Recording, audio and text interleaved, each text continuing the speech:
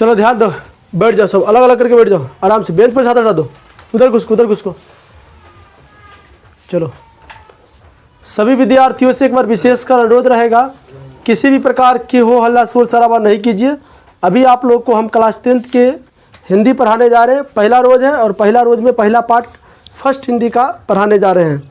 आप सभी विद्यार्थियों से एक बार विशेषकर अनुरोध रहेगा कि अगर आप लोग यहाँ तक रुके हुए हैं तो आपसे एक विशेष अनुरोध रहेगा, इस वीडियो को अधिक से अधिक बच्चों के साथ शेयर कीजिए, अधिक से अधिक बच्चों के साथ शेयर कीजिए और वीडियो को लाइक कर दीजिए। मेरे प्यारे छात्रों, अधिक से अधिक बच्चों के साथ शेयर कर दीजिए इस वीडियो को, क्योंकि आज हम आप लोगों को हिंदी पढ़ाएंगे, वो भी फर्स्ट हिंदी है। फर्स्ट हिंदी में फर्स्ट पार्ट है श्रम विभाजन और जाति प्रथा। पूरा कहानी आप लोगों को यहाँ पे हम सुनाएंगे और बहुत ही अच्छा तरीक़ा से सुनाएंगे, कैसे कैसे क्वेश्चन आता है। उसके बाद हम इस पाठ का लेखक परिचय भी कर दिए हैं, जिससे एग्ज़ाम में बहुत ज़्यादा क्वेश्चन पूछा जाता है मेरे प्यारे छात्रों। तो अभी तक भी इस वीडियो को शेयर नहीं किए हैं तो अधिक से अधिक बच्चों के साथ शेयर कर दीजिए, समझा गया। वीडियो को लाइक कर दीजिए। उसके बाद चुपचाप शांत वातावरण से मेरे प्यारे छात्रों मेरे द्वारा बताए गए हर चीज़ को सुनिए।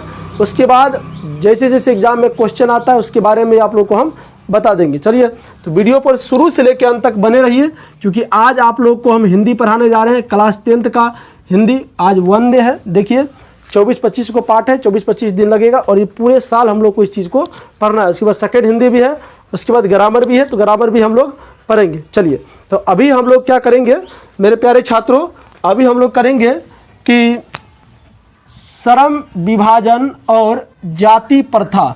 श्रम विभाजन और जाति प्रथा। मेरे प्यारे छोटे छात्रों, आप लोगों से विनती मेरा ये रहेगा कि ये जो पाठ है, बड़ी सौभाग्य की बात है कि आप लोग को पढ़ने का मौका मिला इस पाठ को, क्योंकि ये धरती ऐसा ही धरती महान नहीं हुआ है, क्योंकि इस धरती पर बहुत से वीर गति आदमी भी पैदा हुए हैं।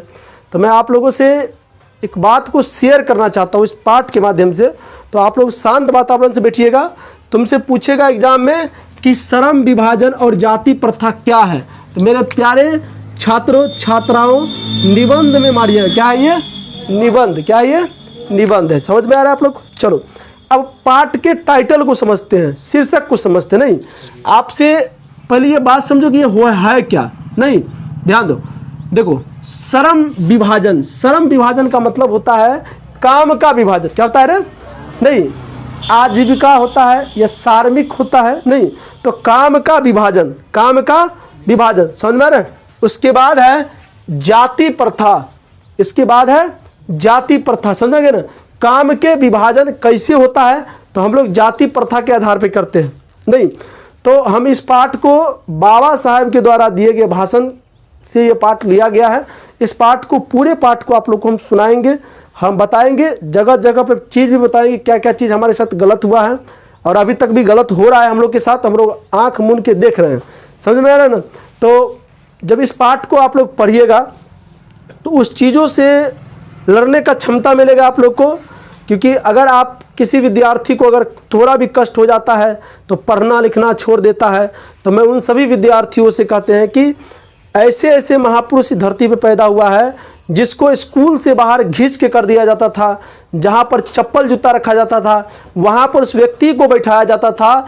वो व्यक्ति आज पूरे दुनिया में सबसे ज़्यादा पढ़ा लिखा व्यक्ति बना। वो है हमारे इस पाठ के लेखक बाबा साहेब भीमराव अंबेडकर। मेरे प्यारे बच्चों, ये बहुत ही गर्व की बात है कि ये जो बाबा साहेब भीमराव अंबेडकर हमारे इस पावन धरती पर पैदा हुए, जिसके वजह से आज हम सब जितने भी SC ST OBC समाज के आदमी हैं, वो सब आदमी हम लोग इन्हीं के वजह से आज शिक्षा प्राप्त करते हैं। उन्हीं की वजह से हम लोग शिक्षा प्राप्त करते हैं। केवल और केवल याद रखिएगा मेरे प्यारे बच्चों, 3000 साल तक, कितना साल तक? 3000 साल तक, 3000 साल तक केवल और केवल शिक्षा पर 100% का अधिकार। कितना परसेंट का अधिकार? 100% का अधिकार केवल और केवल ब्राह्मण का था। केवल और केवल ब्राह्मण का था। समझ गए ना? बाबा साहेब भीमराव अंबेडकर जब पैदा हुए आज़ादी के बाद हम सभी आदमी को पढ़ने का, खोल के बोलने का अधिकार यही बाबा साहब भीमराव अम्बेडकर की वजह से मिला हमको। समझ में? आज 76 साल से वो लोग परेशान हैं, क्योंकि 3000 साल तक केवल 100% के आरक्षण शिक्षा पर किनका था? उन्हीं लोग का था। समझे ना? जो बहुत चीज़ भारत में दूर किए हैं बाबा साहब भीमराव अम्बेडकर, हम लोग बारी बारी से जानेंगे। समझ में आ रहा है आप लोग को? ध्यान दो, आगे बढ़ते हैं। श्रम विभाजन और जाति प्रथा का लेखक हमारे महान बाबा साहब भीमराव अम्बेडकर के द्वारा लिखा गया है। बाबा साहब भीमराव अम्बेडकर का जन्म जो है 14 अप्रैल, जो आने वाला है 14 अप्रैल 1891 ईस्वी में हुआ है। बाबा साहब भीमराव अम्बेडकर का जन्म कब हुआ है? तो 14 अप्रैल 1891 ईस्वी में हुआ है। चलिए आगे बढ़ते हैं। इनका जन्म कहाँ हुआ है मेरे प्यारे बच्चों? तो इसका जन्म हुआ है महू, मध्य प्रदेश में। महू, मध्य प्रदेश में। समझ में आ रहा है आप लोग को? बाबा साहब भीमराव अम्बेडकर का जन्म कहाँ हुआ है? तो मध्य प्रदेश में हुआ है। समझ गए? चलिए आगे बढ़ते हैं हम लोग। चलिए, इनका परिवार एक दलित परिवार में पैदा हुए थे। बाबा साहब भीमराव अम्बेडकर का परिवार कैसा था? दलित। दलित बोले तो अछूत परिवार में पैदा हुए थे। किस परिवार में पैदा हुए थे? अछूत परिवार में पैदा हुए थे। जाइए बुआरे पानी लेके आओ, क्योंकि आज बोलना ही ज़्यादा पड़ेगा हमको। देखो, किताब सिलेबस में बाबा साहब भीमराव अम्बेडकर के पढ़ना और बाबा साहब भीमराव अम्बेडकर को वैसे पढ़ना, दोनों में ज़मीन आसमान का फ़र्क है। क्योंकि आप जो है ज़बरदस्ती सिलेबस में है इसीलिए पढ़ रहे हैं, नहीं तो कौन ज़रूरी है बाबा साहब भीमराव अम्बेडकर को जानना? संविधान का निर्माता हमारे बाबा साहब भीमराव अम्बेडकर है। कौन है बुआरे? बाबा साहब भीमराव अम्बेडकर है। चलिए, बाबा साहब भीमराव अम्बेडकर का जन्म किस परिवार में हुआ था? तो दलित परिवार में हुआ था। किस परिवार में हुआ था? दलित परिवार में हुआ था। चलो, इनका निधन कब हुआ था? तो दिसंबर 1956 ईस्वी में। दिसंबर 1956 ईस्वी में। देखो, आपको तुमसे पूछेगा कि बाबा साहब भीमराव अम्बेडकर किस धर्म में पैदा हुए थे? तो मेरे प्यारे बच्चों, धर्म की बात बोले तो हिंदू धर्म में पैदा हुए थे। किस धर्म में पैदा हुए थे? हिंदू धर्म के अछूत परिवार में। हिंदू धर्म के अछूत परिवार में पैदा हुए थे। लेकिन वो मरे किस धर्म में? तो बौद्ध धर्म में। क्या धर्म में?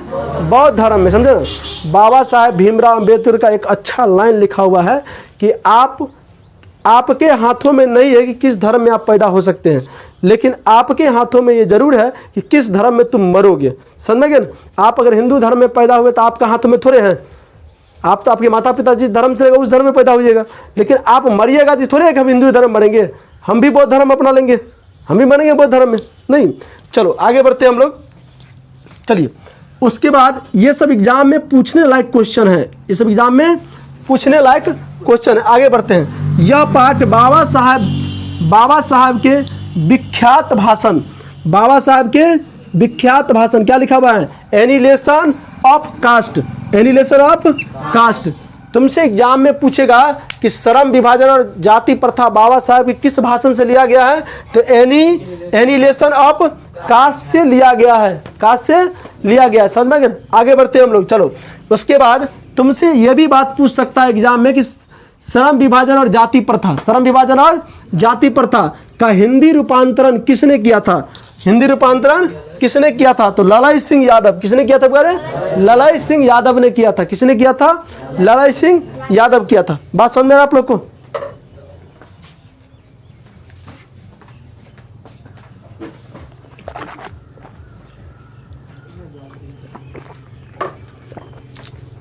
लालाई सिंह यादव के द्वारा किया गया था। समझे? देखो, बाबा साहब के जिस समय मरे थे, बाबा साहब शहीद हुए थे, मान लीजिए, जय दियात खंडी, बाबा साहब जब का निधन हुआ था तो उस समय उनके घरों से करीब, डाटा तो मुझे उतना नहीं पता, लेकिन 10,000 बुक निकाला गया था। कितना बुक निकाला गया था? 10,000। जबकि उस समय में जिस जहाज़ से वो आए थे हिंदुस्तान में, समझे ना, वो जहाज़ डूब गया था। समझे ना? अगर पूरा लाइब्रेरी उसको अगर खंगाला जाता, खोजा जाता, तो समझिए कि कम से कम बहुत ज़्यादा बुक होता उनका। समझे ना? उनके बाद उतना बुक के बाद उतना बुक बचा। समझे ना? बाबा साहेब इकलौता एक ऐसा पढ़ा लिखा व्यक्ति है दुनिया में जो डॉक्टर ऑफ ऑल साइंस का डिग्री उनके पास था, समझे ना। 64 सब्जेक्ट का ज्ञान था उनके अंदर में, 64 सब्जेक्ट, 11 भाषा लिखना बोलना जानता था, लिखना बोलना 11 भाषा, समझेंगे, 14 भाषा, समझेंगे ना। तो मेरे प्यारे बच्चों कि आप लोग के जीवन में भी थोड़ा भी कष्ट होता है तो कहते हैं मुझे कष्ट होता है, मैं पढ़ाई नहीं करूँगा, कोई जुआ खेलने के लिए चल जाता है, कोई तारी पीने के लिए, कोई दारू पीने के लिए, कोई बाहर भाग जाता है। बाबा साहेब भीमराव अंबेडकर को समझो, परिवार से सपोर्ट था, समाज विरोध कर रहा था। आज भी इस आज़ादी के 76 साल बाद भी बहुत से परिवारों में बाबा साहेब भीमराव अंबेडकर का ना प्रतिमा मिलेगा, ना बहुत ऑफिस में मिलेगा, और ना इज्जत करते हुए मिलेगा। मुझे बहुत दुखी होता है इस बात को सुनकर, देखकर, और आप लोगों को भी होना चाहिए कि बाबा साहेब भीमराव अंबेडकर केवल और केवल दलित परिवारों के लिए कुछ नहीं किए हैं, पूरे हिंदुस्तान के लिए वो संविधान लिखे थे, और उन्हीं संविधान से जो आज पूरा देश चल रहा है। उनका इज्जत भारत में करो या न करो, उनका इज्जत भारत में करो या न करो, बाबा साहेब भीमराव अंबेडकर का इज्जत जो है कोलंबिया विश्वविद्यालय में, क्योंकि बाबा साहेब भीमराव अंबेडकर कोलंबिया विश्वविद्यालय से पढ़े हुए थे और उस समय में कोलंबिया विश्वविद्यालय टॉप किए थे। आज भी आप मौका मिलेगा वहां जाने का तो आज एक भी प्रतिमा किसी स्कूल में उनका नज़र नहीं आएगा। आज टीचर्स डे बहुत अच्छा से मना लेते हैं हम नहीं, लेकिन आज बाबा साहेब भीमराव अंबेडकर का कोई नहीं नाम निशान नहीं जानता है। लेकिन आप कोलंबिया विश्वविद्यालय में जाइएगा आप लोग तो वहाँ पर उनका प्रतिमा बना हुआ है। सबसे पहले वहाँ का छात्र वहाँ उनको प्रणाम करता है, तब जाकर क्लास में बैठता है। आज भी गर्व करता है अमेरिका का व्यक्ति, क्योंकि इस कोलंबिया विश्वविद्यालय से पढ़ा हुआ छात्र पूरे दुनिया में प्रेरणा स्रोत बना। उनके लिखी किताबों पर आज पूरा भारत चल रहा है, उनको गर्व हो रहा है इस बात पे। लेकिन कुछ परिवारों में उनको इज्जत नहीं दिया जाता है। अरे तुम लोग इज्जत करो या ना करो, बाबा साहेब भीमराव अंबेडकर कल भी महान था, आज भी महान है और आगे भी महान रहेगा, क्योंकि वो एक ऐसा पुरुष था जो मुर्दा में जान दिया, मुर्दा में जान दिया। दलितों के नहीं, पूरे भारत का मसीहा बना, वो पूरे भारत का मसीहा बना। आज बड़ी दुख होता है कि केवल दलित समझता है कि हमारा नेता है। तुम्हारा नेता नहीं है, हम सब आदमी गर्व से कहेंगे कि बाबा साहब भीमराव अंबेडकर हम सबों का नेता है, हम सबों का नेता है। और उन्हीं के दिया हुआ किताब पर आज हम लोग कहीं भी जाते हैं तो उन्हीं की किताब पढ़कर ये भारत देश चलता है, तो होना भी चाहिए, समझे ना। तो बाबा साहब भीमराव अंबेडकर बहुत किताब लिखा, बहुत भाषण दिए, लेकिन इस पाठ में कुछ कुछ को दिया गया है, आपसे एग्जाम में पूछा जाता है, उसका नाम लिखिएगा, देख लीजिए, समझे ना। तो बाबा साहेब की प्रमुख रचना एवं भाषण निम्नलिखित है। देखिए, द कास्ट इन इंडिया, क्या है पहला, the caste in India, their mechanism, क्या है, देयर मैकेनिज्म, जिस बुक का नाम है उनका जेनेसिस एंड डेवलपमेंट, क्या है, जेनेसिस एंड डेवलपमेंट, ये सब उनका किताब है।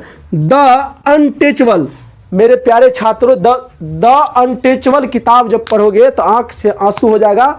जैसे एगो अभी एक कोई यादव है, लक्ष्मण यादव, उनको आज से करीब 5-6 महीना पहले दिल्ली विश्वविद्यालय से निकाल दिया गया प्रोफेसर के पद से।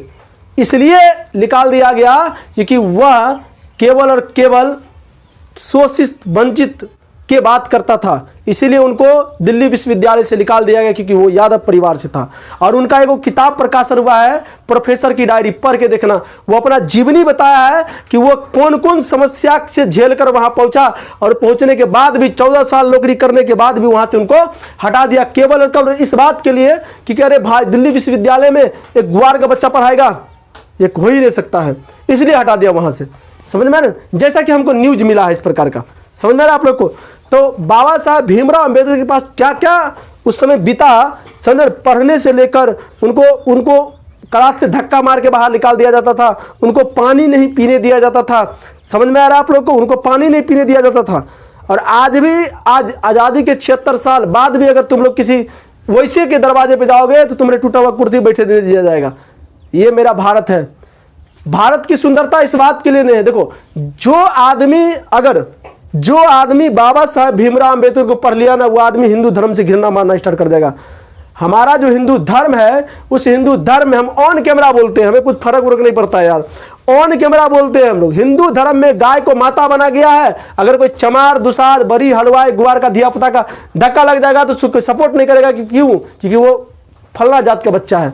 जाति देख के सपोर्ट किया जाता है। आज एक जानवर को मारा जाएगा तो सब बोलोगे, किसी चमार के बच्चा का मारा जाएगा, दुसाद के बच्चा का मारा जाएगा, बरी के बच्चा का मारा जाएगा, तेली के बच्चा का, हलवाई के बच्चा का, गुआर के बच्चा का मारा जाएगा तो कोई जाएगा बोलने के लिए वहां पर। ये हमारी भारत जात की जो, ये हमारी भारत की सबसे बड़ा कमी है। ये हमारे भारत की सबसे बड़ा कमी है ये, और हम लोग इसकी ओर नहीं बढ़ना चाहिए। बाबा साहब भीमराव अंबेडकर चिकर चिकर कर ये चीज बोल रहा है, ये चीज आपके लिए नहीं है। और आप लोग जो बाबा साहब भीमराव अंबेडकर इतना सुंदर किताब लिख के दिया हम लोग को, भारत का संविधान लिख के दिया, वो नहीं पढ़ता है, लेकिन सुबह उठ के हनुमान चालीसा पढ़ता है। अरे कुछ लोगों उनको पढ़कर आज अदालत में, आज वहाँ जज बना हुआ है, आप लोग उनको पढ़ के मंदिर में घंटी डुला रहे हैं। ये हमारे जात, हमारे धर्म का सबसे बड़ा कुरीति है। और वो कैसा धर्म जिसे मुझे पढ़ने से रोका गया, वो कैसा धर्म जिसे खाने से रोका गया, वो कैसा धर्म जिसे मुझे जीने नहीं दिया गया, वो कैसा धर्म जो मुझे कपड़ा पहनने नहीं दिया गया। मालूम है, मूला का टैक्स औरतों को स्तन झांकने नहीं दिया जाता था। समझे? जिसका विरोध जो है ना अंग्रेज ने किया था, टीपू सुल्तान किया था यहाँ का। अरे कहाँ जी रहे हैं आप लोग? आप लोग 10वां तक पढ़े तो क्या पढ़े? कोई आदमी अगर हमसे बहस करता है ना तो पहले पूछते हैं कि आप कितना पढ़े लिखे व्यक्ति हैं, कितना पढ़े लिखे। 10वां तक तो आपके पास ज्ञान नहीं है। आपको इस चीज को समझने के लिए, बैठिए आप लोग।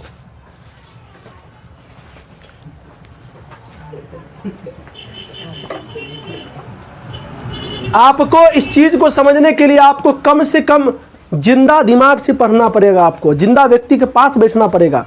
वो कैसा धर्म जो मुझे चलने का अधिकार नहीं दिया गया, पीछे आगे हंडी टांग दिया जाता था, पीछे बरहनी लगा दिया जाता था, ताकि इस रास्ता से कोई गुजरेगा तो पता लगेगा कि बहारते हुए जाओ। समझे ना? वो कैसा धर्म जहां मुझे पढ़ने से रोका गया। अगर पढ़ने से नहीं रोका जाता, देखो बहुत अच्छा है कि भारत में छुआछूत नहीं है, स्कूलों में पढ़ाया जाता है, भारत में छुआछूत नहीं है। तो चलिए कहिए पंडित को किसी चमार के यहाँ खा के दिखाने के लिए, जो कहेगा मान लेंगे हम। खाएगा? नहीं खाएगा। तो कैसे समझेगा हम छुआछूत नहीं है भारत में? है तुमने दरवाजे पर आएगा तो कहेगा दाल भात सब्जी खा के खिला के देखिए, नहीं खाएगा, दही चूड़ा खाएगा। और जब तक हमारा भारत इस चीज को लेके चलता रहेगा, भारत को कोई डेवलप नहीं कर सकता है। भगवान तो होता ही नहीं है, वो धरती पर कब आएगा? समझेगा? तो बाबा साहब भीमराव में कुछ रचना है। अरे भाई इसके बाद हम रहेंगे नहीं रहेंगे कोई ठीक नहीं है, हो सके कोई केस उसको जेलों में डाल सकता है हमको। समझे ना? देखो जिसके पास कलम होता है ना वो किसी से नहीं डरता है।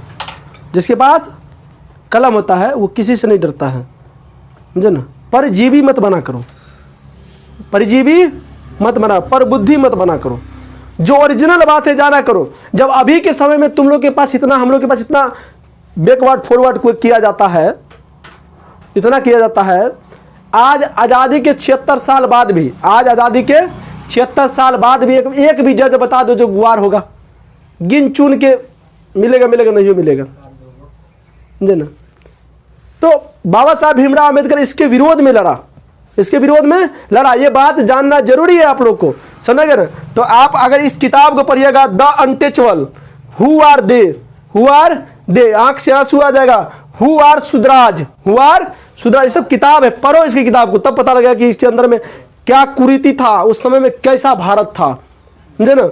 उसके बाद बुद्धिज्म एंड इसका लिखा हुआ है कम्युनिज्म। उसके बाद एनिहिलेशन ऑफ कास्ट, यहीं से ये पाठ को लिया गया है।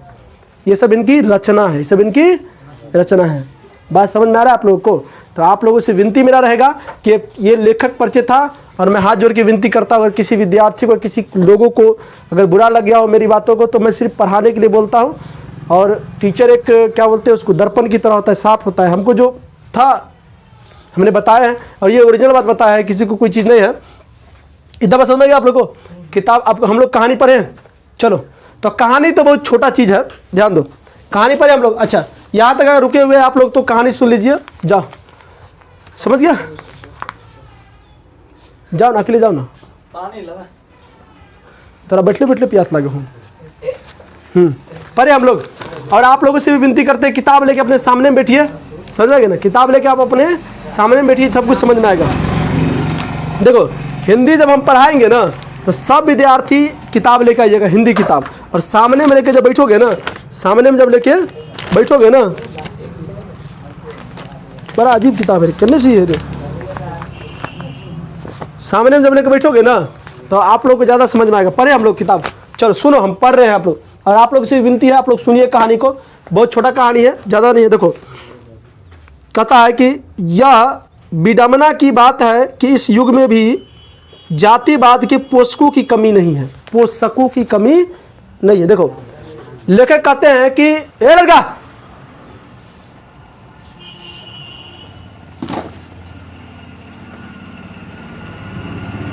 पढ़ाते बहुत हैरान करेगा तो बहुत मारेंगे हम। देखो हमारे लेखक कहते हैं कि यह आश्चर्य की बात है, इस युग में भी जाति प्रथा का पोषकों की कमी नहीं है। आश्चर्य की बात है, आश्चर्य की बात है कि इस युग में भी, आज आज़ादी के 76 साल बाद भी कई आधार से जातिवाद को समर्थन करता है लोग, कई आधार पे, आधार हम बाद में जानेंगे, समझ में ना, आगे बढ़ते हैं हम लोग। कहता है इसके पोषक कई आधार पर इसका समर्थन करते हैं, मतलब कई आधार पर इनका समर्थन करते हैं, समझ में गया ना। उसके बाद कहते हैं कि समर्थन का एक आधार यह कहा जाता है कि आधुनिक सभ्य समाज कार्य कुशलता के लिए श्रम विभाजन को आवश्यक मानता है। देखो समाज एक चीज़, इस चीज़ को भी मानता है समाज कि काम के आधार पर जाति को निर्धारित किया जाए, काम के आधार पर जाति को निर्धारित, ये समाज कहता है, क्या कहता है ये समाज का। जैसे अगर कोई हजाम का बच्चा है तो वो क्या करते हो, केस दाढ़ी छिल करेगा, जो बढ़ई का बच्चा है वो लकड़ी छिलेगा, ठठेर का बच्चा ठोकठेरी का बच्चा ठोकठेरी वाला काम करेगा, गुआर का बच्चा गाय चराएगा, कोरी का बच्चा सब्जी बुझाएगा। ये जातिगत काम को समाज वाला ने बांट कर रख दिया है। किसी आदमी का पैसा उसकी माँ के गर्भ में निर्धारित कर दिया जाता है कि किस परिवार से पैदा हुआ है, वही काम करेगा। ये कई आधार पर पोषक का समर्थन करते हैं। चूंकि जाति प्रथा भी श्रम विभाजन का ही दूसरा रूप है। चूंकि जाति प्रथा जो है, ये जाति प्रथा श्रम विभाजन का ही दूसरा रूप है, श्रम विभाजन का दूसरा रूप है। देखो ना, आप जाति के आधार पर ही काम बांटते हैं और काम के आधार पर जाति बोलते हैं। अगर कोई बढ़ई का काम करता है तो तुरंत बोल देते हो कि ये बढ़ई है, कोई भैंस चराते हुए मिल गया तो तुरंत कहेगा गुआर होगा ना। अरे बाद में पूछो, आधार कार्ड देखेगा तो बाद में देखेगा, तत्काल तो बोल देगा ना। हैं बिहार एक ऐसा राज्य है जिस राज्य में अभी भी, बिहार एक ऐसा राज्य है जिस राज्य में अभी भी अगर कोई हजाम का है तो हजामे का बच्चा तारी मत छिलेगा। बाबा साहब भीमराव अंबेडकर का देन है जो सही से आदमी आज पढ़ लिया अछूत का बच्चा, नहीं तो क्या करा दम था कि सरकारी स्कूल में नौकरी कर लेता है। ये बाबा साहब भीमराव अंबेडकर का देन है, लड़ा अकेला वो आदमी पूरे हिंदुस्तान के हिला के रख दिया, उसके अंदर वो पावर था बाबा साहब भीमराव अंबेडकर में। और ये पार्ट क्या पार्ट है, समझे ना। तो कह रहा है कई आधार पर उनका समर्थन करता है, समझे ना, कई आधार पर उनका समर्थन करता है। चलिए आप कहता है, उसके बाद कहता है चूंकि जाति प्रथा भी श्रम विभाजन का ही दूसरा रूप है, इसीलिए इसमें कोई बुराई नहीं है। इसमें लेकर कहता है कि इसमें कोई बुराई नहीं है, काम के आधार पर किसी व्यक्ति को बांट दो, इसमें कोई बुराई नहीं है। आगे चल के देखते हैं क्या बुराई नहीं है, समझे ना। देखो इस तर्क के संबंध में पहली बात तो अब ऐसा आदमी को भगवान है तो उठा के लेके क्यों नहीं जाता है, बताइए। इतना स्पीड गाड़ी हाँकना जरूरी है, टाइम नहीं पूरा है। ये बात स्वीकार, अल्ट्रासाउंड करा के देख लेता कितना जल्दी पहले जाने वाला है। इतना डिजिटल दुनिया में अब टाइम नहीं पूरा तो बेकार है ना, रेलवे जा कर। चलो तर्क के संबंध में पहली बात तो यही आपत्तिजनक है कि जाति प्रथा श्रम विभाजन के साथ साथ श्रमिक विभाजन का भी रूप ले लेता है। देखो कहता है कि बहुत ही बुरी बात यह है कि जाति प्रथा ही है, कभी कभी जाति प्रथा ही है ना। सबसे आपत्तिजनक बात यह है कि जाति प्रथा के आधार पर ही काम को बांट दिया गया है, जाति प्रथा के आधार पर ही काम को बांट दिया। भारत का सबसे बड़ा कुरीति यही हमको लग रहा है कि जाति के हिसाब से काम को बांट दिया है, समझे ना, जाति के हिसाब से काम को बांट दिया है। आगे बढ़ते हैं हम लोग। श्रम विभाजन निश्चय ही सभ्य समाज की आवश्यकता है, परंतु किसी भी सभ्य समाज में श्रम विभाजन की व्यवस्था श्रमिकों के विभिन्न वर्गों में अस्वाभाविक विभाजन नहीं करती है। कहता है कि श्रम विभाजन जरूरी है, आप अपने हिसाब से काम कर सकते हैं, लेकिन किसी भी श्रमिकों को ज़बरदस्ती नहीं काम करवा सकते हैं, ज़बरदस्ती आप काम नहीं करवा सकते हैं। बात समझ में आ रहा है आप लोग को। उसके बाद कह रहा है श्रम विभाजन निश्चय ही सभ्य समाज की आवश्यकता है, परंतु देखो देखिए श्रम विभाजन समाज की आवश्यकता है। अरे काम कोई ना कोई तो करेगा ही ना करेगा, लेकिन ज़बरदस्ती काम नहीं करवाओगे। अगर तुम किसी जातिगत टेग लेके कहते हो कि नहीं ये आदमी यही काम करेगा, तब तो बुरा है इस बात के लिए, तो बुरा है ये बात के लिए। कोई टेग लगा के थोड़ी कहोगे तुम यही काम करेगा। हमारा मन है हम काम करें चाहे नहीं करें, हम भी डिपेंड करता है भाई, समझा गया ना। और ये स्वतंत्रता अगर शुरू से व्यक्ति को मिला रहता तो भारत कुछ और रहता। आज भारत का स्थिति अगर कहीं ना कहीं ख़राब है तो इस बात को ज़रूर कोसा जाएगा कि सबसे पहले यहाँ पर अगर कोई आदमी किसी आदमी को वोट भी देगा ना तो जाति देख के देगा। ये हमारे भारत का सबसे बड़ा कमी है। धर्म देख के देगा, ये हमारे समाज का सबसे बड़ा कमी है। न जाति आपको खाना देता है, न धर्म आपको खाना देता है। समझ में आ रहा है आप लोग को। बीमार पड़ते हैं तो बीमार अगर कोई आदमी एक्सीडेंट करता है और किसी आदमी के देह में खून कम जाता है तो तक खून लेते वक्त देखता है कि दुसाध है कि चमार है कि बरी है, तेली हलवा है, गुआर है, नहीं देखेगा। केकरो से 1 यूनिट लेके चढ़ा देगा फटाफट, समझे ना। तो ये जाति प्रथा बहुत ही ठीक ठाक हमको नहीं लग रहा है, बहुत खराब है ये सब चीज़, समझे ना। आगे बढ़ते हैं। श्रम विभाजन की व्यवस्था श्रमिकों के में अस्वाभाविक विभाजन नहीं करती है। भारत की जाति प्रथा की एक और विशेषता यह है कि यह श्रमिकों का अस्वाभाविक विभाजन ही नहीं करती, बल्कि विभाजित वर्गों को एक दूसरे की अपेक्षा ऊंच नीच भी करा देती है। वाह वाह वाह। जो कि विश्व के किसी भी समाज में नहीं पाया जाता है। देखो सबसे बड़ा दुख बात की मालूम है, अगर जात के आधार पर तुम काम भी करवा रहे हो, लेकिन हमारा समाज एक ऐसा समाज है जहाँ पर ऊंच नीच किया जाता है। और हम केवल ब्राह्मणों को थोड़े कहेंगे छुआछूत करता है, केवल ब्राह्मण छुआछूत थोड़े करता है, सब जाति करता है। अगर यहाँ पर कोई बड़ी है उसके नीचे में कोई है तो बड़ी भी इससे छुआछूत करेगा। गुआर से कोई नीचे तो गुआर भी छुआछूत करता है। सब एक दूसरे पे करता है। हम सब बोल रहे हैं, किसी एक आदमी को थोड़े बोल रहे हैं। बाबा साहब भीमराव अम्बेडकर किसी एक व्यक्ति को थोड़ी कर रहे हैं। अगर कहीं पर यादव बहुलक क्षेत्र है वहाँ पर दुसाध का शोषण किया जा रहा है वहाँ पे। और कहीं पर यादव है और बहुत ज़्यादा अगर अपर कास्ट है उसके साथ शोषण होता है। तो सब एक दूसरे पर लगल है। किसी एक आदमी को नहीं कर सकते हो भारत में गड़बड़ी किया है, सब एक दूसरे पर गड़बड़ी किया है। समझ रहे आप लोग को, सब एक दूसरे पर गड़बड़ी किया। और हम सब युवा पीढ़ी जितने भी पढ़े लिखे व्यक्ति इस चीज़ को दूर होना जरूरी है। नहीं करोगे तो सब आदमी, बाबा साहब भीमराव अम्बेडकर कहता है कि जात के आधार पर अगर ऊंच नीच करते हो, जात के आधार पर अगर तुम लोग ऊंच नीच करते हो तो समझो सबसे बड़ा गलत और कुकर्म समय में जी रहे हो तुम लोग। विश्व के किसी भी समाज में इस तरह का समाज नहीं मिलेगा जहां पर जात के आधार पर छुआछूत, जात के आधार पर मुंह देखी लड्डू बटाएगा, जात के आधार पर ऊंच नीच, जात के आधार पर जमीन मिलेगा। यह विश्व के किसी समाज में दिखाई नहीं पड़ता है। हमारा समाज इतना पीछे क्यों है, कभी सोच के देखो। सब एक दूसरे पर लागल है। काम के आधार पर कोई व्यक्ति तुम्हारे यहाँ काम करता है, अब टेग लगा कहो कि तुम यही काम करते हो, तुम नीच हो, तो फिर वो काम कौन करेगा। काम भी करना जरूरी है ना। है? अगर बाटा कंपनी चप्पल जूता बेच रहा है तो वो अमीर आदमी कहलाएगा। समाज का कोई आदमी दुसाध चमार अगर चप्पल जूता सी दिया ना तो कहेगा चमार है ये। आदमी की मानसिकता देखो, अगर बाटा वाला चप्पल बेच दिया तो अमीर घराना के आदमी है। अंबानी आज चप्पल बेच देगा तो कहेगा वो अंबानी पैसा वाला हो गया। समाज का कोई आदमी चमार अगर चप्पल बेच देगा ना, चप्पल सी देगा तो कहेगा चमार है। नहीं, अमूल दूध बेचता है तो कहेगा वो अमीर आदमी है। कोई देखा अमूल कौन कंपनी का है, वो तो दूध ही बेचता है। लेकिन कोई गुआर दूध बेच देगा तो गुआर है ही, टेग लगाएगा उसको। आदमी की सोच देखो कहां पर है। समझ में आ रहा है आप लोग को। अगर एक पंचर बनाने वाले को तुम बाइसिकल वाला को, हीरो वाला के थोड़े कहोगे तुम हीरो जो बाइक निकालता है, लेकिन अगर वही हीरो बाइक वाला के तुम लोग स्टैंडर्ड से देखते हो, हीरो कंपनी का मालिक के, लेकिन वही कंपनी की गौरी का पंचर बनाने वाले को कहोगे तुम पंचर बनाने वाले हो। आदमी का मानसिकता यहाँ पे क्रूर हो जाता है, खत्म हो जाता है। तो कहता है बाबा साहब भीमराव अम्बेडकर कि विश्व के किसी भी समाज में इस तरह का समाज नहीं है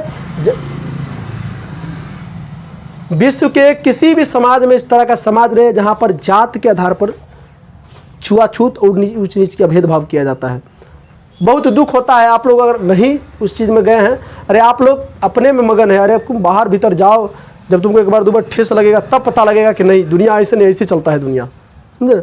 वहाँ मुख्य धारा तक तुम लोग पहुँचवे नहीं किया है ना, हम लोग पहुँचे हैं। मुख्य धारा तक पहुँचोगे तब ना पता लगेगा कि वहाँ पर क्या होता है, समझे ना। चलिए आगे बढ़ते हैं हम लोग।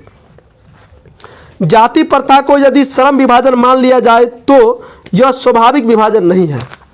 जाति प्रथा को अगर श्रम विभाजन मान लिया जाएगा तो स्वाभाविक विभाजन नहीं है, और हम भी इस चीज़ को नहीं मानते हैं। आप जाति प्रथा को श्रम विभाजन से क्यों जोड़ते हैं? काम के आधार पर क्यों जोड़ते हैं? आप उसको जबरदस्ती क्यों कहते हैं कि अगर ये आदमी तो यही आदमी का यही काम करेगा, तो गड़बड़ है ना, समझेंगे ना। आगे बढ़ते हैं हम लोग। चूंकि यह मनुष्य की रुचि पर आधारित नहीं है, यह मनुष्य की रुचि के आधारित नहीं है। कुशल व्यक्ति या समक्ष श्रमिक समाज का निर्माण करने के लिए यह आवश्यक है कि हम व्यक्तियों की क्षमता इस सीमा तक विकसित करे जिससे वह अपने पेशा या कार्य का चुनाव स्वयं कर सके। आज न कोई पढ़ा लेता है, आज न कोई कुछ कर लेता है। आज़ादी से पहले आज़ाद नहीं था। आज़ादी से पहले बोले थे 3000 साल तक, सुनिएगा आप लोग भी, 3000 साल तक केवल और केवल ब्राह्मणों का अधिकार था शिक्षा पर। अगर कोई चमार का बच्चा, दुसाध के बच्चा, अछूत के बच्चा अगर ओम बोल देता तो मुंह में गरम लावा दे दिया जाता था। एगो फिल्म है सुदराज, फिल्म जाके देखो, उसमें कैसे कैसे सताता है लोगों को। जबरदस्ती लड़कियां को घर से उठा लेता था, चल मालिक बिलिल कोहन, मालिक बे घंटा का मालिक है तुम। बाबा साहब भीमराव अम्बेडकर जो इक्यावन बाबा साहब भीमराव को पैदा हुआ, 4-5 को घर होता। देखो अगर बिहार में पैदा हुए हो तो दूसरा अम्बेडकर है लालू यादव। तुम लोग लालू यादव को इसलिए मानते हो कि तुम उस जात का हो। क्या जानते हो लालू यादव के बारे में तुम लोग? तुम इसलिए जानते हो, हम इसलिए जानते हैं क्योंकि हम उसके जीवनी को पढ़े, हम उसके कष्ट को पढ़े। आज अगर ओबीसी समाज, SC ST समाज अगर कहीं पे सुरक्षित है और किसी को बोलने का मुंह दिया है, जबान दिया है, समझा गया ना, तो वो लालू यादव है। कौन है रे? लालू यादव है। दूसरा अम्बेडकर है बिहार के लिए, दूसरा अम्बेडकर है बिहार के लिए। ऐसा ही कोई बोल देता गुरवा है, चारा चोर है। मूर्ख आदमी के पढ़ो तब ना पता लगता कि चारा चोर किया था। बिहार के निर्माण में 2-3 व्यक्ति का बहुत अहम भूमिका है। एगो कर्पूरी ठाकुर हो गया, कर्पूरी ठाकुर, लालू यादव, श्री नीतीश कुमार। नहीं, किसी का टेक नहीं मेरे, गलत बात, क्लास चल रहा है। देखो तो कह रहा है कि क्योंकि यह मनुष्य की रुचि पर आधारित नहीं है। कुशल व्यक्ति या समक्ष व्यक्ति समाज का निर्माण करने के लिए यह आवश्यक है कि काम किसी व्यक्ति के रुचि पर आधारित होना चाहिए। क्या होना चाहिए? रुचि पर। अगर हमको मन लगता है कि नहीं हम जूते, देखो ना, आज डोली चाय वाला बेचारा दिल से चाय बेचा, आज दुनिया का फेमस चाय वाला है। वो बिल गेट्स आया था उसके पास चाय पीने के लिए, दुनिया का सबसे पैसा वाला आदमी बिल गेट्स ना। MBA चाय वाला है ना, MBA चाय वाला। बताओ, एगो बेवफा चाय वाला मेला वाला बनाता है, बेवफा चाय वाला। आज वो देखो बेचारा, देखो अपना रुचि पर आधारित काम किया, कितना फेमस हो गया वो। अगर हमको कहेगा जबरदस्ती चाय बना, गांव घर में कोई चाय बनने वाला की बात करी, तुम तोरा पास हो औकात के करो औकात हो कि डोली चाय वाला से मिल भी जाके। नरेंद्र मोदी चाय बेचे, प्रधानमंत्री में लोग तो वो कोई विख्यात नहीं है। एगो अछूत के बच्चा जो है ना, अछूत के बच्चा के पास बिल गेट्स आया चाय पीने के लिए, क्या उसका वर्णन करोगे तुम, है ना। अगर काम तुम दिल से करोगे, अगर मौन है कि नहीं हम अगर जूता चप्पल सिएंगे तो दुनिया का फेमस बनेंगे जूता चप्पल सीने वाला आदमी हमको लाइक करेगा। काम दिल से किया जाता है यार, यहाँ से किया जाता है। तुम जबरदस्ती हम कहेगा गोबर उठाते नहीं, कहे मन नहीं भिटकेगा, क्या हम गोबर उठाएंगे भाई? क्यों उठाएंगे हम? हैं? बाबा साहब भीमराव अम्बेडकर को जब 3 साल का था, जो 4-5 साल का हुआ, जब स्कूल गया तो उसको स्कूल से मार के भगा दिया गया। ये बहुत फेमस बात है। ये बाबा साहब भीमराव अम्बेडकर अपनी किताब में लिखा है। बाबा साहब भीमराव अम्बेडकर अपनी किताब में लिखा है कि जब स्कूल गया था पढ़ने के लिए, उसको धक्का मार के स्कूल से बाहर निकाल दिया गया था। रोते हुए उनकी माँ के पास गया था, तो माँ से पूछा कि हमको पढ़ने क्यों नहीं दिया जाता था, तो उसकी माँ बोला था कि उनका कोई किताब है, उस किताब में हम लोगों को पढ़ने का कोई अधिकार नहीं है। उस 6-7 साल का बच्चा बोला कि माँ हम भी एक ऐसा किताब लिखेंगे जिस किताब में गरीब का, शोषित का, वंचित का, समाज के हर वर्ग पढ़ेगा। और वो किताब संविधान बनाया। ये प्रेरणा स्रोत था उनका। आज किसी बच्चा को दिक्कत हो जाता है, बापे के मार बैठता है, वे बुर्बक कहीं के तुम, घरे छोड़ के भाग जाता है। जितना दर्द तुम्हारी माँ को हुआ है ना तुमको पैदा करने में, उससे 20% भी हो जाएगा ना, मर जाएगा तुम। 2 दिन प्यार करने होता है, लड़की छोड़ के चल जाता है, वो के चक्कर में सुख में छो सब मर जाता है। फचरे दो मूर्ख आदमी सब कहेंगे, समझे? तो काम कभी भी रुचि पे आधारित होना चाहिए। क्या रुचि पर? ये बाबा साहब भीमराव अम्बेडकर, काम कभी भी रुचि पे आधारित होना चाहिए। किस चीज पे होना चाहिए? रुचि पे आधारित होना चाहिए। समझ में आ गया आप लोग को? आगे बढ़ते हैं हम लोग। देखो कह रहा है कि कुशल व्यक्ति या समक्ष श्रमिक समाज का निर्माण करने के लिए आवश्यक है कि हम व्यक्तियों की क्षमता इस सीमा तक विकसित करें जिससे वो अपने पेशा या कार्य का चुनाव स्वयं कर सके। किसी व्यक्ति को आप इतना दिमाग दीजिए कम से कम कि वो अपना काम और पेशा खुद चुन ले अपना से। इस भारत में काम के लिए झगड़ा होता है, नाम के लिए झगड़ा होता है। काम के लिए और नाम के लिए झगड़ा होता है। क्या लगता है हमारा बच्चा बिहार टॉप कर गया, कहीं नाम ही नहीं हमारा है? ऐसे कैसे दे देगा मेरा नाम रे? ऐसे कैसे देगा नाम हमको? नाम तो मरता है ना। बाबा साहब भीमराव अम्बेडकर कभी इस युग में पैदा होता ना तो समझो बहुत क्रांति ला देता। तो फेसबुक व्हाट्सएप सब देखता। वो तैयार पैदा हुआ तो जहाँ कुछ नहीं था, मोटरसाइकिल वार नहीं था, न टीवी था, न सीटी था, न बीबी था, कुछ नहीं था लोगों के पास। उस समय में भारत को हिला कर रख दिए। अंग्रेज को भी मानना पड़ा। अंग्रेज जो है ना, जो यहाँ का प्रधानमंत्री था, वो आदमी पंडित जवाहरलाल नेहरू से गया कहने के लिए कि मालूम है आपके भारत का वो व्यक्ति है, बहुत पढ़ा लिखा व्यक्ति है, उसको लाइए संविधान सभा में, हिला कर रख देगा। तो पंडित जवाहरलाल नेहरू को पता लगा ओ ये तो अम्बेडकरवा है रे, जिसको मार के भगा दिए थे हम, है ना। ऐसा ही लोग किसी उनको रिस्पेक्ट नहीं करते हैं। अरे कतबो कुछ कॉलेगा ना तुम, जो बाबा साहब भीमराव अम्बेडकर को इज्जत किया तो ठीक है, जो इज्जत नहीं किया समझ जाना, वो इज्जत करता है लेकिन दिल से बोलता नहीं है वो, बाबा साहब भीमराव अम्बेडकर को। चले आगे बढ़ते हैं हम लोग। देखो तो कोई भी व्यक्ति का काम किस पे आधारित होना चाहिए? रुचि पे आधारित। हमारा मन है तो हम गाय भैंस चराएंगे, हमारा मन है तो पढ़ाएंगे हम। अगर रुचि से कोई व्यक्ति काम करता है तो काम में विकास है। आज बाटा कंपनी का चप्पल आता है ना रे, जूता आता है ना, बड़ा शौक से शोरूम में बिताता है। बेचारा रोड का हाथ में कोई चमार चप्पल जूता सीता है, कहता है चमार है ये। मूर्ख आदमी, सोच देखो तुम्हारा कितना गिरा हुआ सोच है तुम्हारा। और हम सब विद्यार्थियों से कहना चाहते हैं, हम सब से कहना चाहते हैं कि भाई किसी व्यक्ति को काम से पहचान मत दिया करो तुम, उसको काम के वजह से शोषण मत किया करो तुम। इस समाज को बनाने में सब व्यक्ति का हाथ है, समझ गया? चलिए आगे बढ़ते हैं हम लोग। देखो करा कि आगे बढ़ते हैं हम लोग। देखिएगा कि व्यक्तियों की क्षमता व सीमा तक विकसित कर सके जिससे वो अपने पेशा या कार्य का चुनाव स्वयं कर सके।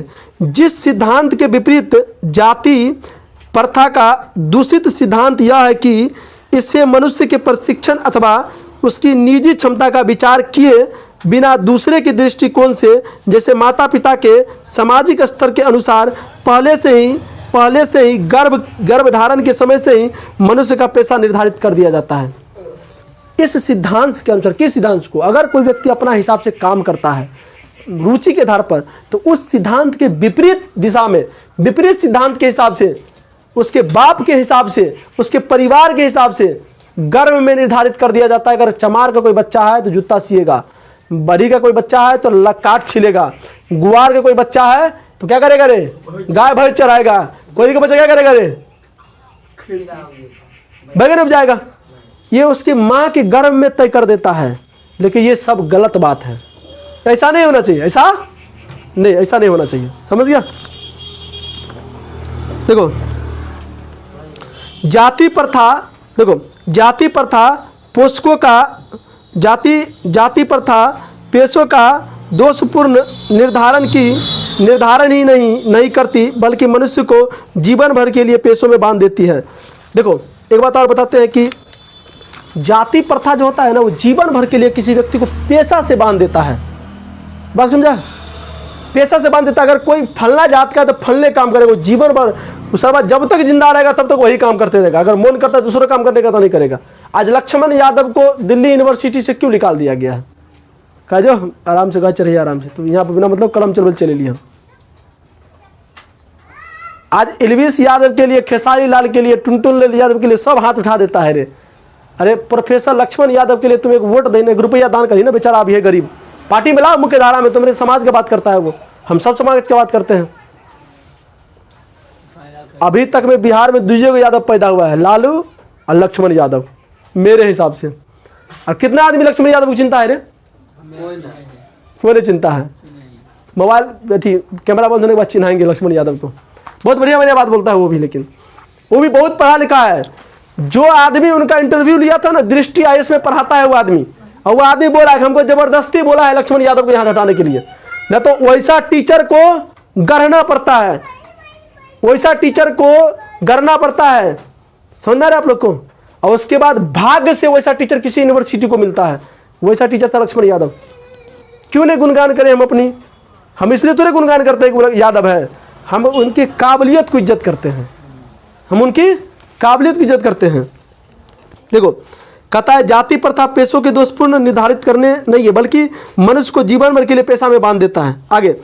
आगे देखिए, भले ही पेशा अनुपयोगी या अपर्याप्त होने के कारण वह भूखे मर जाए, आधुनिक युग में यह स्थिति प्रायः आती है, क्योंकि उद्योग धंधों की प्रक्रिया व तकनीकी में निरंतर विकास और कभी कभी आकस्मिक परिवर्तन हो जाता है, जिसके कारण मनुष्य को अपना पेशा बदलने की आवश्यकता पड़ जाती है।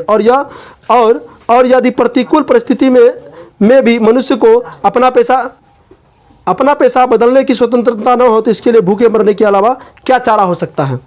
देखो एक तो जीवन भर के लिए बांध देता है, दूसरा कहता है देखो हाँ, अगर मान लीजिए हम कोई काम करते हैं, एकाएक युग में परिवर्तन आ गया ना, जैसे रोड में अगर मान लीजिए कोई आदमी पहले काम करता था, हाथ से पिचिंग होता था, मशीन आ गया तो 1000 जहाँ लेबर करता हुआ 1000 लेबर बेरोजगार हो गया। अब वो आदमी कहेगा ना तू लेबर, तो लेबरे वाला काम करेगा, दूसरा काम नहीं करेगा, तो आदमी क्या करेगा? भूखे ना मरेगा? वो आदमी भूखे ना मरेगा रे? क्या करेगा? भूख मरेगा। लॉकडाउन में क्या हुआ था मेरे देश में? लॉकडाउन में मेरे देश में हाहाकार मच गया था। सब आदमी को अपना अपना पेशा पेशा परिवर्तन करना पड़ा, काम परिवर्तन करना पड़ा। घर से कोई लोग आदमी, अब कोई आदमी कहेगा नहीं अब तुम मास्टर था, पहले मास्टर नहीं रहेगा, अब तुम कोई यूनिवर्सिटी में नहीं, अब जैसे मास्टर है, आएगा लॉकडाउन लग गया, विद्यार्थी नहीं आएगा, हमको कहेगा नहीं तू मास्टर गिरिया करेगा, तब तो भूखे मर जाएंगे। अब हम अपने हिसाब से काम बदल भी सकते हैं यार। तो बाबा साहब भीमराव अम्बेडकर बोला ऐसा अनुमति उस समय में नहीं था लोगों को, ऐसा अनुमति उस समय में लोगों को नहीं था। चलिए आगे बढ़ते हैं हम लोग। बस कहता है, अब बहुत अच्छा बात बोलते हैं, याद रखिए, सब झगड़ा का जड़ यही है, कौन? हिंदू धर्म। बाबा साहब लिखे हैं, किताब में लिखा हुआ है, जाकर देख लीजिएगा आप लोग। हिंदू धर्म की जाति प्रथा किसी व्यक्ति को ऐसा पेशा चुनने की अनुमति नहीं देती है। सबसे अच्छा लाइन बाबा साहब भीमराव के लिखे हैं। ये जो हमारा हिंदू धर्म है ना, आज के ओबीसी समाज, SC/ST समाज झंडा लेके कह रहा है राम नाम राम नाम। तोरा पता हुआ ऐसे 3000 साल पहले नाम नहीं ले जाए, तोरा घेर घेर के मारे रहे। मूर्ख आदमी, बाप को बचाने में क्षमता नहीं है, अभी ना मतलब राम नाम कर रहा है। काल की खैबू से पत्ते नहीं हो तोरा आर के। राम का तुलना कौन कर पाएगा भाई? राम एक आदर्श व्यक्ति था। राम किसके मन में बैठा हुआ है आज रे? कोई सा भाई है जो भाई के लिए संपत्ति छोड़ देगा? एक धूर के लिए कपार फोड़ देता है, केस कर देता है। मूर्ख आदमी राम राम बोलता है। तुम लोग रामों को शर्म आता होगा कहीं पर देखता होगा तो। क्या भारत है हमारा, समझे ना? तो याद रखो, यहां पर हिंदू धर्म, देखो हम नहीं बोल रहे हैं, किताब में लिखा हुआ है, जाकर देख लीजिए। देखो इस धरती पर सबसे कोई बुरा धर्म है तो कौन धर्म है रे? हिंदू। ये हम नहीं बोल रहे, ये लिखा हुआ है किताब में, हम क्यों तुम बोल सकते? देखो कह रहा है ऐसा है, अलर्ट करो। हमको दूसरा धर्म से क्या मतलब है रे? हमको जो आदमी हमको घड़ा पहनाया, हमको कपड़ा पहनने नहीं दिया, हमको पढ़ने नहीं देगा, उसी का नाम लेंगे हम दूसरे का नाम कैसे लेंगे? लड़का उल्टा पुल्टा बात नहीं बोलेगा यहाँ पर, बहुत मार मारेंगे हम। नाराबाजी यार करना है, बाहर जा करो। चलो ध्यान दो, हाँ ध्यान दो। देखो हम जानते हैं कि आप लोगों की मानसिकता चेंज नहीं होगा, नहीं चेंज होगा तो जैसे मरता है तो मरो तुम भी। किसी एक कोयरी के पास पैसा हो गया तो सबके पास थोड़ी हो जाएगा। कोई वो गुआरा लालू यादव मुख्यमंत्री, सब गुआर थोड़ी मुख्यमंत्री बन गया। अभी भी रोड पे जंगल बिछता है, जाके देखिए भाई। भगवान का पूजा करो, हम मना थोड़ी करते हैं, लेकिन जानो क्यों करें हम? भगवान राम के बारे में क्या जानते हैं आप लोग? भगवान राम का तुलना कौन कर सकता है भाई? वो आदर्श पुरुष आदमी जो भाई के लिए पूरा संपत्ति छोड़ दिया। कोई ऐसा भाई है धरती पर जो संपत्ति छोड़ेगा? नहीं छोड़ेगा। वो भी सौतेला भाई के लिए, अपना भाई तो वो दूर की बात है, सौतेला भाई के लिए छोड़ दिया सब कुछ। जुट्टे के राम नाम करता है गधा सब कहीं का।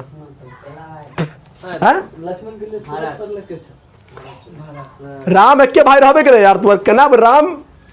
राम के 3 गो माए, खीर खाने से पैदा हुआ था ना रे। फिर हंसता है यार। अरे आप जो भी हो, राम भगवान 3-4 भाई थे ना, तो राम अकेले न था, भरत शत्रुघ्न एक था, लक्ष्मण अकेला था। अब जो भी हो, सौतेला था ना रे। अरे उसके एवज में सब सौतेले नहीं हुआ रे, सौतेला भाई था। चलो ये सब तो बात की बात है, पहले किताब के बारे में पढ़। हाँ, हिंदू धर्म की जाति प्रथा किसी व्यक्ति को पेशा चुनने का अनुमति नहीं देता। देखो हमारा जो हिंदू धर्म है, इस हिंदू धर्म में किसी भी व्यक्ति को पैसा चुनने का अनुमति नहीं देता, काम चुनने का अनुमति नहीं देता है। अब क्या देता है सुनो आगे। कह रहा है जो उसका पैतृक पेशा न हो, भले ही वह उसमें पारंगत हो, इस प्रकार पेशा परिवर्तन की अनुमति न देकर जाति प्रथा भारत में बेरोजगारी का एक प्रमुख और प्रत्यक्ष कारण बनी हुई है। देखो ये बहुत अच्छा बात बोला है कि हिंदू धर्म में याद रख लो कि किसी भी व्यक्ति को काम चुनने का अनुमति नहीं दिया है।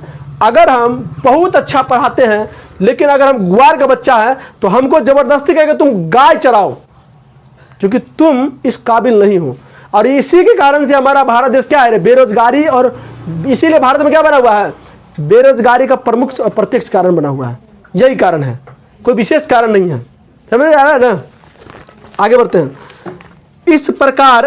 इस प्रकार हम देखते हैं कि श्रम विभाजन की दृष्टि से भी जाति प्रथा गंभीर दोषों से युक्त है। जाति प्रथा का श्रम विभाजन मनुष्य की स्वेच्छा पर निर्भर नहीं करता है। मनुष्य की व्यक्तिगत भावना तथा व्यक्तिगत रुचि का इनमें से कोई स्थान अथवा महत्व नहीं रखता है। इस आधार पर हमें यह स्वीकार करना पड़ेगा कि आज के उद्योगों में गरीब और जाइए अब दोनों बाहर जाइए। आज के उद्योगों में गरीब और उत्पीड़न करती बड़ी समस्या नहीं इतनी है कि उसमें लोग निर्धारित कार्य को अरुचि के साथ केवल विश्वासता करते हैं। देखो आज के जो युग है, इस युग में कुछ आदमी उद्योग धंधा में ज़बरदस्ती काम करता है। क्या करता है? ज़बरदस्ती काम करता है, समझ गए ना? और ज़बरदस्ती काम करने का मतलब क्या आता है कि उसके पास तो उतना तरह का फंक्शन भी नहीं है, उसके साथ ना ज़मीन जाता है। और गरीब आदमी मजदूर टाइप कौन आदमी? मजदूरी कौन करेगा? मजबूर है, इसलिए मजदूर है, ना तो क्या जरूरत है किसी के दूसरे खेत में जाकर काम करेगा वो। ये भारत में अन्याय नहीं हो रहा है? किसी व्यक्ति के पास 500 बीघा जमीन है और इसी भारत में किसी व्यक्ति के पास सूतने के लिए जगह नहीं है, पेशाब करने के लिए जगह नहीं है, तो ये अन्याय है कि नहीं? भारत में हम सब आदमी भगवान के जन्मल है, तो भगवान कहाँ पाठ पूजा के दे दिया हमको?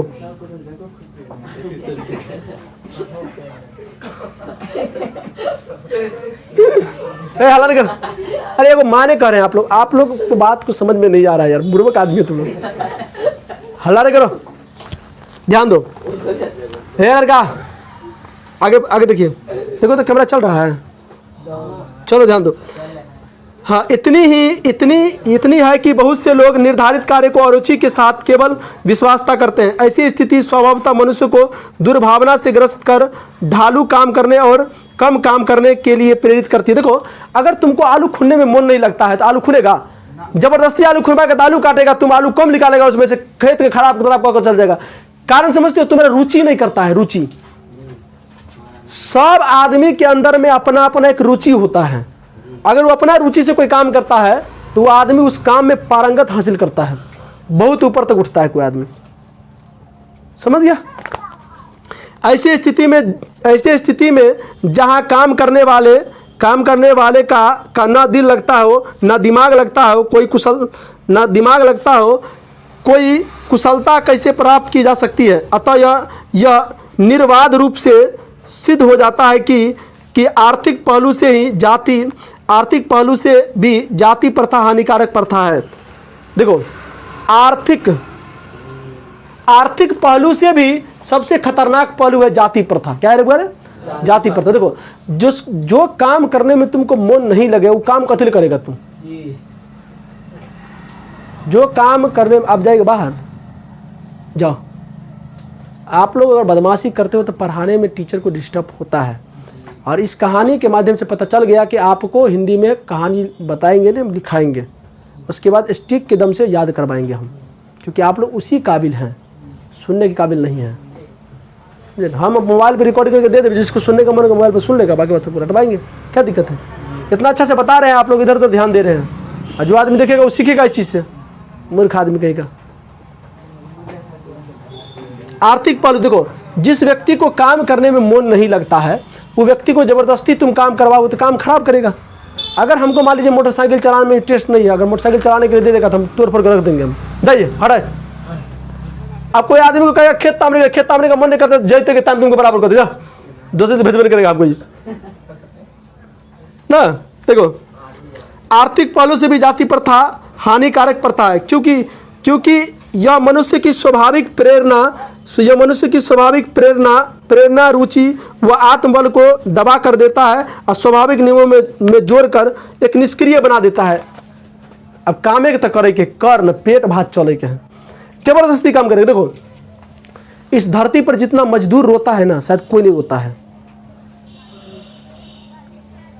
दिन भर धूप में काम करता है एक मजदूर, और किसी के दरवाजे पर जब पैसा मांगने के लिए जाता है उस मालिक के यहाँ लात मार के भगा देता है, जो अभी पैसा नहीं। जो सबसे दयनीय स्थिति भारत में मजदूर का है।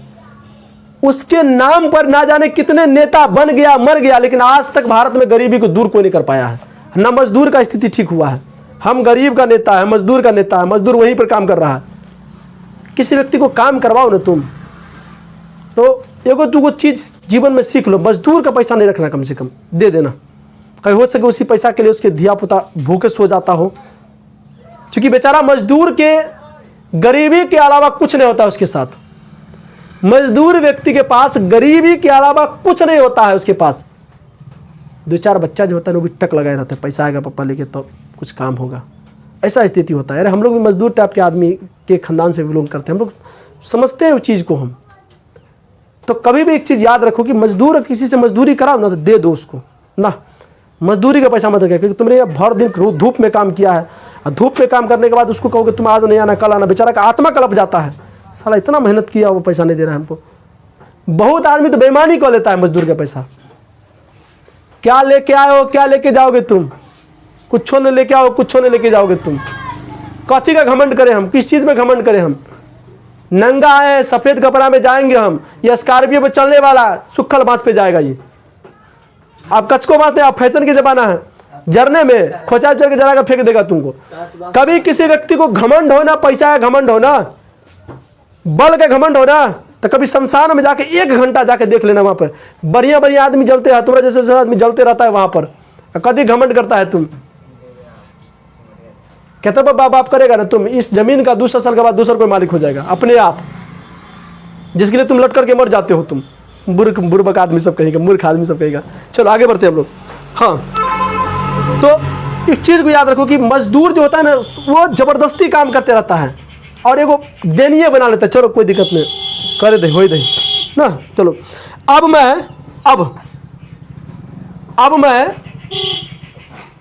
देखो ना, कोई है क्या है, क्या है रे? हाँ वो नहीं गिरे बाहर। चलो बैठ जाओ, आओ आओ, बस बस एक पैराग्राफ बचा। देखो अब मैं, ऐ लड़का आओ बैठो, अब मैं समस्याओं के रचनात्मक पहलू को लेता हूं। देखो अब आप अपना विचार डालते हैं बाबा साहब भीमराव अम्बेडकर। अब मैं समस्याओं के रचनात्मक पहलू को लेता हूं। मेरे द्वारा जाति प्रथा की आलोचना सुनकर आप लोग मुझसे, ऐ लड़का आप लोग मुझसे यह प्रश्न करना चाहेंगे कि यदि मैं जाति के विरुद्ध हूं तो फिर मेरी दृष्टि में आदर्श समाज क्या हो सकता है। भाई पूछोगे ना कि सर जी इतना देर से गरिया रहे हैं जातिवाद का, आप हमको बताइए ना, जाति नहीं रहेगा तो आदर्श समाज कैसे बनेगा, ये प्रश्न है ना। देखो बाबा साहब भीमराव अम्बेडकर ऐसे ही मान थोड़े थे, सब कुछ करने के बाद प्रश्न वो अपने से दिए हैं, अपना बुद्धि नहीं था कोई प्रश्न कर पाता उससे कोई। देखो सही में जो कुछ शिक्षा प्राप्त करता है ना, वो आदमी घमंड नहीं करेगा। अर्धजल गगरी छलका जाए भरी गगरिया चुपके जाए, देहात में कहावत बा। जकरा पास घमंड बा वो कुछो नहीं खेबा। सुन ला हमारा मुँह से तू, क्योंकि पढ़ा लिखल आदमी कहियो घमंड नहीं करता है, कहियो घमंड नहीं करेगा वो। तो कहता है चलिए आगे, मेरा उत्तर होगा कि, कहता है कि अगर आप इतना देर से जातिवाद के विरोध में बोल रहे हैं तो आदर्श समाज कैसा होगा हमको बताइए, आदि प्रश्न करता है। तो कहता है मेरा उत्तर होगा कि मेरा आदर्श समाज स्वतंत्र समानता प्रभुता पर आधारित होगा। कैसा होगा, कैसे समाज होना चाहिए, स्वतंत्र होना चाहिए, समानता, समाज में सभी व्यक्ति को सामान्य अधिकार मिलना चाहिए, और इच्छा पे काम। अगर मन है हमको भैंस चराने के तो भैंस चराएंगे, जबरदस्ती मेरा कोई हमारे साथ जबरदस्ती कर सकता है। अगर हमको मन है टीचर बनने का तो पढ़ लिख के टीचर बनेंगे, कोई जबरदस्ती नहीं करेगा। और किसी मन है कि नहीं हमको हवाई जहाज उड़ाना तो मेहनत करो, तुम अच्छा हवाई जहाज उड़ाओ। अगर नहीं हमको मन है कि नहीं दिल्ली यूनिवर्सिटी का प्रोफेसर बनेंगे तो तुम पढ़ लिख के प्रोफेसर बनो, समझेगा। तो ऐसा समाज होना चाहिए। क्या यह ठीक नहीं है। प्रभुता अर्थात भाईचारे में किसी को क्या आपत्ति हो सकती है। प्रभुता मतलब भाईचारा, समाज का भाईचारा खत्म हो गया यार। इसलिए खत्म हो गया है कि आज के आदमी को देखते दो पैसा हो जाता है ना, अपना भाई से मुंह मोड़ लेता है, अपन सुअदर भाई से मुंह मोड़ लेता है जो थाली में खा के बड़ा होता है। अरे भाई रे पैसा, मरने के बाद ना पैसा काम नहीं देता है, ये देह काम देता है यार। ऐसे थोड़े तो भगवान बुद्ध सिद्धार्थ घर छोड़ के भाग गया, कहे बाप रे बाप इतना अनर्थ हो रहा था, महल में हमको बंद करके रख दिया था। क्या किया था, नेपाल में जन्म लिए थे वो भगवान बुद्ध, और बहुत पैसा वाला का बेटा था। जब बाहर निकला वो उसको ज्योतिष से बता दिया था कि आपका जो पुत्र होगा ना बहुत खतरा टाइप होगा, ये धर्म कर्म में रहेगा। अगर बाप बुझ गया हमारा तक के बेटे है, वो बेटा को धर्म प्रचार में निकल जाएगा तो महल को कौन संभाल पाएगा। तो वहां से रफू चक्कर हो गया वो। और जब निकलने के लिए घूमने के लिए निकला तब देखा कोई आदमी रोते हुए जा रहा था, तो कहा उसके मंत्री पूछा, अब मान लीजिए अभी कोई मुख्यमंत्री जाएगा तो रोड साफ करवा के रखेगा ना। तो उस समय में सिद्धार्थ भगवान बुद्ध बहुत बड़ा राजा का बेटा हुआ करता था, तो पूरे गाँव साफ करवा दिया था। कहता ये कथी रो रहा है, कोई रोते हुए मिला तो कल धन के लिए रो रहा है। अच्छा, इस धरती पर धन का भी कमी होता है। उसके बाद कोई किसी का पति मर जाता, कोई लहास लेके जा रहा था, बड़ा कथी है, तो आदि मर गया, इसको जलाने के जाता है। तो मंत्री पूछा अच्छा आदि मरबो करता है। वो सब दूध देखने के बाद कहता है भगवान बुद्ध पता नहीं, तो वो सुंदर कन्या को छोड़ के भाग गया। हमने रहेंगे, राहुल बेटा हो गया था उसको उस समय में, समझ भाग गया वो, कहीं हम यहाँ नहीं रहेंगे, धर्म कर्म के चक्कर में बर्बाद कर देगा ये सब। आज मान लीजिए उसका पिता का नाम नहीं चलता है, आज दुनिया में उनका विचारधारा पे एक धर्म बन गया। क्या बन गया रे, धर्म बन गया। और समानता, स्वतंत्रता, बंधुता का अधिकार देता है वो धर्म था। बाबा साहब भीमराव अम्बेडकर बहुत धर्म मरे, अपना के मरे ना। हम इस समय हिंदू में नहीं रहेंगे, हम बिना मतलब का बाप मरेगा, हमको मोस दाढ़ी छिलवा गया और 10 गाँव भोज करवाएगा ऐसा हमको, भले हमारा में उतरी डाल गया कर भोज। मेरे का आदमी कहेगा, आदमी जाओ बताओ कितना कुकर्म है। एक गरीब व्यक्ति जीवन भर फूटा हुआ लोटा और फूटा हुआ बाटी में पानी पीता है, मरने के बाद पितरिया दान किया जाता है। ये हमारा धर्म का सबसे बड़ा, हिंदू धर्म का सबसे बड़ा कुधर्म है। ये सब जिंदा रहता है तो रसगुल्ला पेड़ा नहीं देता है खाने के लिए, मरने के बाद हाथ में रसगुल्ला पैसा का तब लेके जाएगा, जा जा जा। वो बुझता है खेबे नहीं करेगा तो क्यों देते हैं। पैसा बर्बाद। चलिए, तो कहता है कि भाई देखो समाज में भाईचारा खत्म हो गया। समाज में क्या हो गया, भाईचारा खत्म हो गया। आप कोई किसी को तो समाज में भाईचारा होना चाहिए। अगर हमें कोई दुख हुआ तो सब आदमी आओ दिखने के लिए, हमको भी दुख होगा तो हम भी जाएंगे दिखने के लिए, तुमको भी जाएंगे दिखने के लिए। तो ये हुआ भाईचारा। कोई किसी को ऊंच नीच नहीं मानेगा समाज में। अब ये फल्ला बाबू चिल्ला बाबू नहीं होगा, सब समान होगा। अगर कोई मजदूर का बेटा है तो वो पढ़ने के लिए जाएगा, उसको भी समानता का अधिकार दिया जाएगा। कितना ठोकर मारोगे यार, एक तो गरीब है, बस ठोकर मार मार के उसको और गरीब कर दिया तुम लोग। किसी भी आदर्श समाज में इतनी गतिशीलता होनी चाहिए कि उसमें कोई भी अवांछनीय परिवर्तन के एक छोर से दूसरे छोर तक संचारित हो सके।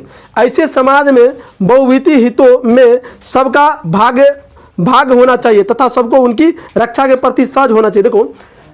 देखो अगर आज समाज में कोई मंदिर का निर्माण होगा तो गरीब आदमी चंदा ले लेगा, अमीर आदमी को घंटी डुलाएगा बैठ के बगल में, होगा ना पूजा पाठ में। कभी सोचे हो कि दुर्गा जी को कुम्हार बनाता है, पूजा के बाद सटने नहीं दिया था उसमें, हट अछूत हो गया वो, अब वही आदमी बनाया है, समझे ना, होता है रे। ये समाज है, अगर ठीक ठाक से नहीं चलेगा ना तो समाज के आदमी बात कह कर एल्डिन खा के मरवा देगा तुम लोग को, मर। तो समाज में भाईचारा होना चाहिए, समझे ना। बस सामाजिक जीवन में आबंध संपर्क के अनेक साधन व अवसर उपलब्ध होना चाहिए। सामाजिक उपलब्ध सब साधन होना चाहिए, सब व्यक्ति के लिए बराबर होना चाहिए। चल रहा है चलो। तर्क यह है कि दूध पानी के मिश्रण की तरह भाईचारा का यही वास्तविक रूप है। दूध पानी, जैसे दूध को पानी में मिलाते हैं ना तो एक समान हो जाता है। तो समाज में कोई आदमी पैसेगा तो कोई ना कहेगा फल्ला बाबू चिल्ला बाबू, लेबर मजदूर करेगा, चमार दो साथ गुबार नहीं करेगा। जिस दिन ये समाज वैसा करना स्टार्ट कर देगा, सब एक समान हो जाएगा, भारत सोना का चिड़िया एकदम बन जाएगा। 100% गारंटी हम देते ठोक के। भारत का सोना क्या, भारत क्या हो जाएगा, सोना का चिड़िया हो जाएगा। पता नहीं बेटी मर गया मंडप में एक सोना के लिए, भारत को सोना के चिड़िया कहते हो।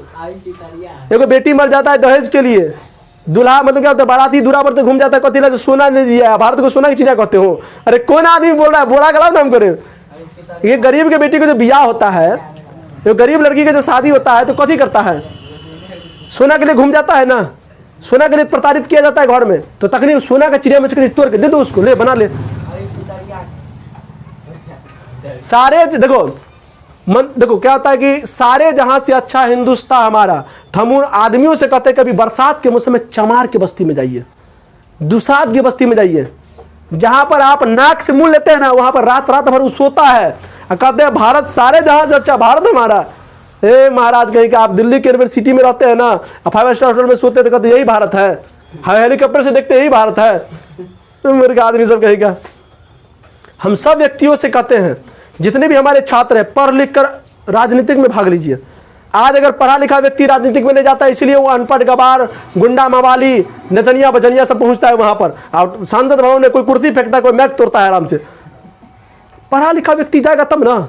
एक परिवार को चलाने के लिए देखो ना, समाज में कौन व्यक्ति का शादी होता है, वही लड़का का शादी होता है जो लड़का बढ़िया से कमाता है, तब ना समाज चलेगा रे, परिवार चलेगा। मूर्ख आदमी की शादी होती हुई देखे हैं, बुर्बक आदमी को, जो आदमी पैसा नहीं कमाता होता है शादी नहीं होता है। एक रस की शादी करते करिए भाग जेते। बस 11 बस तुरंत परिवर्तन के एक छोर से दूसरे छोर तक संचारित होना चाहिए। ऐसे सुनो आगे, ऐसे समाज के बहुत हितों के सबका भाग होना चाहिए तथा सबको उनकी रक्षा के प्रति सहज होना चाहिए। सामाजिक जीवन में आवंतर के अनेक साधन व अवसर उपलब्ध होना चाहिए। सातर्क यह है कि दूध पानी के मिश्रण की तरह भाईचारा होना चाहिए। दूध पानी की तरह भाईचारा होना चाहिए। भाईचारा मतलब समाज में देखो ना, अच्छा भोज उज में भी भेदभाव कर देता है। अच्छा बटन लगा रहे एकदम सब कुछ दिखाया हुआ कैमरे में देखो। अच्छा भोज भातर खाने के लिए गए हैं, अमीर आदमी पैसा वाला कुर्सी पर खाएगा, मजदूर टाइप का आदमी बोरा पर एक खोल दो, ये भाईचारा है। अगर कोई बड़ा आदमी, तो देखो कभी भी खाना भूखे वाला इंसान को खिलाओ।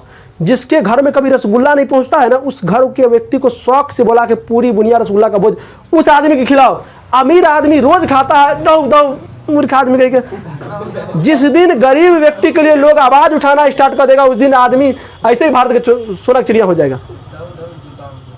फलना बाबू जिस दिन खियाओ, पता लगा चीनी की बीमारी है, कोई आदमी मुंह देख रहा है, हमको भी 2 रसगुल्ला देखा तो हम खा लेंगे। अब वो आदमी कोई पूछने ही वाला नहीं है, चीनी की बीमारी वाला ठूठू से खिलाता है ताकि पहले ना मर जाएगा वो। हाँ, और इसी का दूसरा नाम है लोकतंत्र, और इसी का दूसरा नाम है लोकतंत्र। इसी का किसका दूसरा नाम है लोकतंत्र? भाई दूध पानी के मिश्रण की तरह भाईचारा होना चाहिए। इसी का दूसरा नाम क्या है? लोकतंत्र। भाईचारा का मतलब समझते क्या होता है? समाज में भेदभाव नहीं होना चाहिए। अगर अभिरंजन शादी करेगा तो गरीब व्यक्ति, अगर कोई एक यहाँ अमीर, अगर हम जाएंगे टेबल कुर्सी देगा तो देख लेना हमारे बगल में कोई गरीब व्यक्ति अगर खा रहा है नीचा में बैठ के तो हम नहीं खाएंगे, उसको बैठाओ उस पर पहले, समझे ना। आगे बढ़ते हैं हम लोग, क्योंकि लोकतंत्र केवल शासन की एक पद्धति नहीं है। लोकतंत्र मूलतः सामाजिक जीवनचर्या की एक रीति रिवाज अथवा समाज के सम्मिलित अनुभवों के आदान प्रदान का नाम है। इसमें आवश्यक है कि अपने हितों के प्रति श्रद्धा व सम्मान भाव होना चाहिए। लोकतंत्र एवं केवल लोकतंत्र खाली देश चलाने के लिए लिखावट संविधान नहीं है रे, उसके लिए लोगों की भावना को समझना पड़ेगा, समझ गया। तो आप लोग को से विनती मेरा रहेगा, कुछ कट्टरवादी आप इसको देख रहे हैं तो कृपया गलत भावना में नहीं ले, क्योंकि बाबा साहब भीमराव अंबेडकर यही तर्क के साथ इस पाठ को पढ़ा रहे थे। हमारे द्वारा अगर कुछ गलत बात हमारे द्वारा अगर इस कहानी में या इस निबंध में कुछ गलत बोला गया है तो हम उन वर्गों से भी क्षमा मांगते हैं, क्योंकि पाठ है, पढ़ाना जरूरी है और बच्चों को समझाना भी बहुत जरूरी है। चलिए अब उसके बाद, अगर अभी तक भी इस वीडियो को शेयर नहीं किए हैं, अच्छा सब आदमी देखिए इसको, सब आदमी देखिए, खाली विद्यार्थी नहीं देखेगा, सब आदमी देखिए इसको। सब आदमी से अनुरोध रहेगा वीडियो को शेयर कर दीजिए, और चैनल पर नया है तो चैनल को सब्सक्राइब कर लीजिए, वीडियो को लाइक कर दीजिए, समझ में। चलिए अब हम लोग अगले बार जब मिलेगा तो अगले पार्ट में मिलेंगे। चलिए ये सब को याद कर लीजिएगा, एग्जाम में पूछता है। चलिए धन्यवाद।